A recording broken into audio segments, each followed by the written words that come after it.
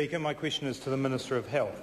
Does he believe affordable access to primary health care for children under 6 is important for delivering health outcomes? If so, how much does he believe parents should pay when they take children to see a doctor in 2011? The Honourable Tony Ryall. Mr Speaker, can I start by congratulating the member on his new role? Yes, it is important children under 6 have the best possible access to primary care, and that's one of the reasons this government's increased funding for primary care by $144 million over 4 years. Some of that extra money is going to increasing subsidies for the under 6 scheme. The proportion of children under 6 years of age who qualify for free doctor's visits has risen from 70% in 2008 to 83% today under the National Government. Despite this progress, the cost of after hours at some practices has been and continues to be a long-standing concern. Very good. Point of order. Point of order, Grant Robertson. This was a question on notice, Mr Speaker, and it did have 2 parts to it, and the Minister certainly dealt with the first part, but he didn't deal with the second part of the question when he was asked how much he believed parents should pay when they take their children to the doctor. The member will be aware that where he puts down a question what the Minister believes, there's no particular answer what the Minister believes. The Minister told the House what he believed about that, and it wasn't exactly what the member was seeking, but that's the problem with seeking opinions. Grant Robertson, supplementary question. Does the Minister agree with the Ministry of Health that $15 or more for an after-hours visit for a child aged 0 to 7 represents, quote, a high fee, unquote? The Honourable Tony Ryall. Mr Speaker, I'm not aware of that correspondence that the member is referring to, but what I can say is, of course, these things depend on the various circumstances surrounding the practice that provides the service.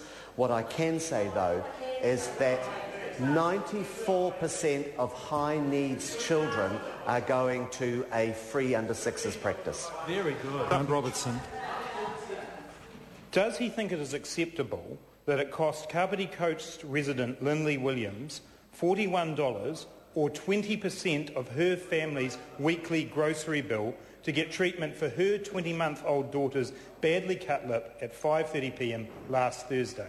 The Honourable Tony Ryall. Mr Speaker, I'm aware of that correspondence from the lady concerned. I have to say that it is a matter that we're looking into.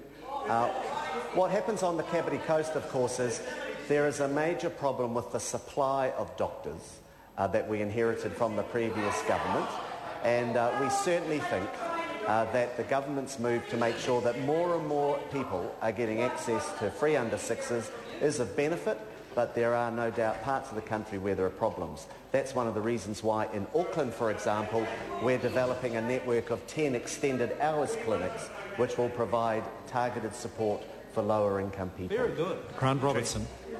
Would the Minister rather that the Williams family drove to Wellington Hospital and clogged up the emergency department, or is he prepared to actually address the cost of taking young children to after-hours care on the Kapiti Coast? Honourable Tony Ryall. Mr Speaker, the government is concerned about the cost of after-hours care, and that's why a number of initiatives are being taken, as I said, in Auckland.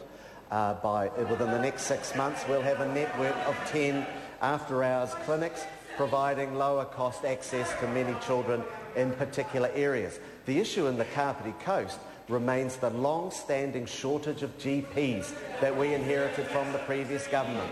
And that's the reason why a number of initiatives have been underway and more people in Kapiti are getting access to care. Very good. Grant Robertson.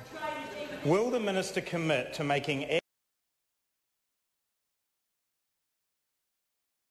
New Zealand to give Lindley Williams, as she says, quote, a fairer system for working families, unquote, or is it just, as John Key said in 2007, a matter of letting the market decide? The Honourable Tony Ryall. Mr Speaker, New Zealand is living in very tough economic times. His predecessor as spokesperson promised an extra $500 million to pay workers who've got a claim under sleepovers. Now we're having tens of millions of dollars made with another promise made off the hoof. But what this New Zealanders are getting access to the free under-6s scheme that was started under the national government. 83% of young New Zealanders under 6 are getting free access to a GP, compared to 70% when that party opposite was last in government. Rahui Katane. Thank you, Mr Speaker. Supplementary to the Minister.